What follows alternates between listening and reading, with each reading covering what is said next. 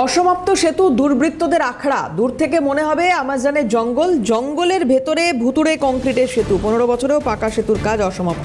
বাম আমলে তৈরি খালের ওপর এই কোটি কোটি টাকা ব্যয়, ভাঙর কাটা খালের ওপর এই সেতু তৈরি। উদ্দেশ্য 24 পরগনা যোগাযোগে উন্নতি করা।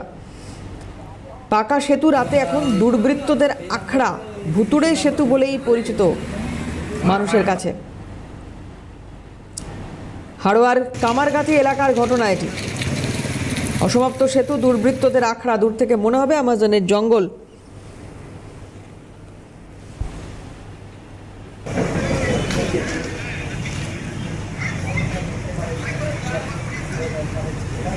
পঙ্কজ বিশ্বাস আমাদের প্রতিনিধি রয়েছেন টেলিফোনে। পঙ্কজ, জানবো তোমার কাছ থেকে এটা কতদিন ধরে চলছে এবং বাম আমলে তৈরি হওয়ার পরেও সেটা রক্ষণাবেক্ষণ হলো না কেন?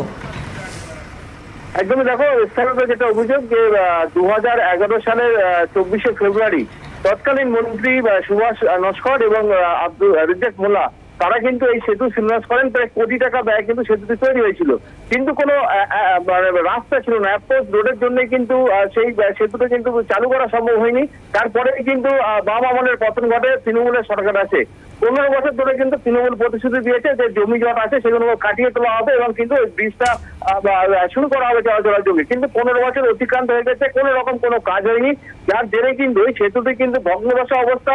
রড যে আছে সেতু, সে রডে মরচে ধরে গেছে, পলেস্তরা কিন্তু খসে খসে পড়ছে এবং সেখানে কিন্তু ভূতের উপদ্রব বলা চলে, কারণ সেখানে দিনের বেলায় রোমিওতে দাপাত আছে এবং রাত্রিবেলায় কিন্তু দুর্বৃত্তদের রাখা মদ গাঁজা সহ বিভিন্ন অসামাজিক কাজকর্ম চলে। সেখানে মহিলারা কিন্তু সেখানে যাতায়াত করতে পারে না এবং অতি গুরুত্বপূর্ণ কিন্তু এই সেতু, যেটি কিন্তু উত্তর 24 পরগনা থেকে দক্ষিণ 24 পরগনার সংযোগকারী সেতু। এই সেতুটি যদি উদ্বোধন হয়ে যায় তাহলে কিন্তু লাখ লাখ মানুষ কিন্তু উপকৃত হবেন। এই এলাকায় কিন্তু স্কুল, কলেজ, স্বাস্থ্য কেন্দ্র, বিভিন্ন কিন্তু সরকারি পরিষেবা আছে।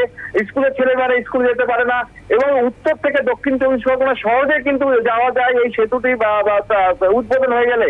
এবং 15 বছরে তৃণমূল কোনো কাজ করেনি এমনটা কিন্তু অভিযোগ করছে। রাজ্যে নতুন সরকার এসছে, নতুন বিজেপি সরকারের মুখ্যমন্ত্রী শুভেন্দু অধিকারীর কাছে তারা আবেদন করতে যাবে দ্রুত এই সেতুটির জমি জট কাটিয়ে উদ্বোধন করা যায়। বেশ, পঙ্কজ, অনেক ধন্যবাদ তোমাকে। কথা বলছিলাম, পঙ্কজ বিশ্বাস ছিলেন টেলিফোনে।